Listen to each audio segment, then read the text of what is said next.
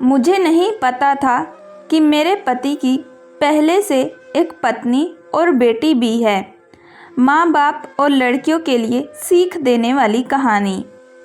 जब आप शादीशुदा ज़िंदगी की शुरुआत करते हैं तो आपका मन आने वाले कल की सुनहरी तस्वीरों से सजा होता है।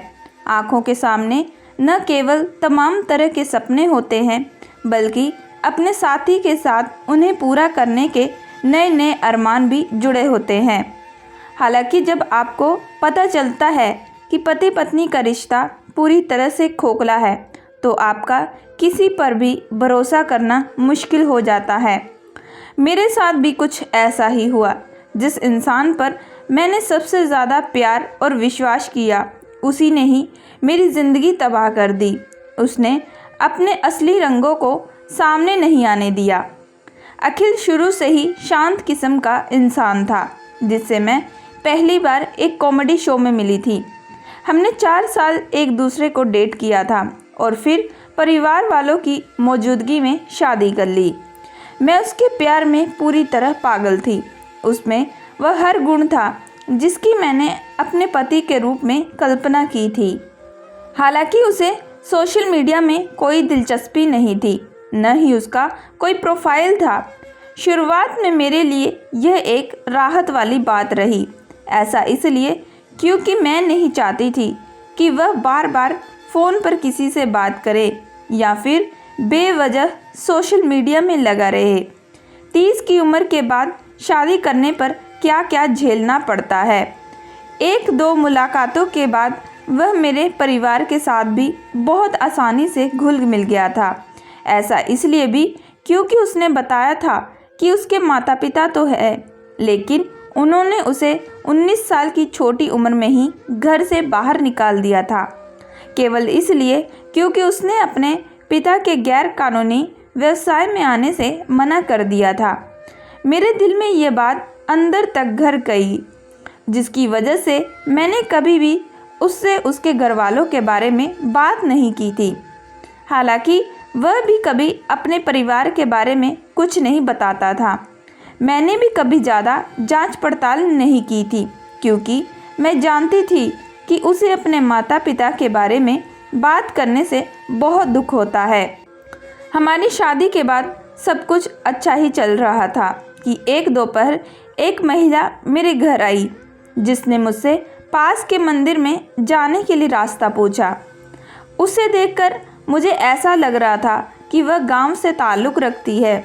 उसने मुझे बताया कि वह देवी देवताओं की बहुत पूजा करती है जिसकी वजह से वह दूर के गांव से यहाँ आई है। मैंने उसे पानी और कुछ खाने के लिए अपने घर पर आमंत्रित किया क्योंकि वह मुझे बहुत थकी हुई लग रही थी। हालांकि वह चुपचाप बैठी रही लेकिन कुछ देर बाद मैंने उसके साथ मंदिरों और त्योहारों पर बात की। थोड़ी सी बातचीत के बाद वह मेरे घर से चली गई। घर से निकलने के बाद मैंने अपने पति को उसे कार में चूमते हुए देखा और मेरे होश उड़ गए। एक झटके में मेरा सब कुछ बदल गया। मैंने अखिल को इस बारे में कुछ नहीं बताया था। हालांकि एक हफ्ते बाद यानी रविवार के दिन जब मेरे पति अपनी पसंदीदा करी रेसिपी बना रहे थे वही महिला हमारे दरवाजे पर एक बच्चे के साथ आई। वह पूरी तरह बर्बाद लग रही थी। उसका चेहरा पूरी तरह आंसुओं से सना था। ऐसे में जब मैं दरवाज़ा खोलने के लिए आगे बढ़ी तो अखिल भी मेरे पीछे आया और उस महिला को देखते ही अचानक उसके चेहरे का रंग उतर गया। वह एक कदम पीछे हट गया जैसे उसने कोई भूत देख लिया हो। महिला एकदम चुप थी और वह बिना एक शब्द कहे हमारे घर में घुस गई। मैं यह सब देखकर पूरी तरह घबरा गई। उसने मुझे पूरी तरह से तोड़ दिया। वह बोली, अनिमेष, तुम घर कब आओगे? अपने परिवार की देखभाल कब करोगे? आपको पता भी है कि आपका बच्चा कितना बड़ा हो गया है। आपके माता पिता कैसे हैं? इसी दौरान उसने मेरी तरफ गुस्से से देखा और मुझसे पूछा कि मैंने उसके पति को क्यों चुराया। मुझे इन बातों पर विश्वास ही नहीं हुआ कि वह सब क्या कह रही है। उसने मुझसे आगे कहा, तुम्हारे बगल में जो आदमी खड़ा है वह मेरा पति है।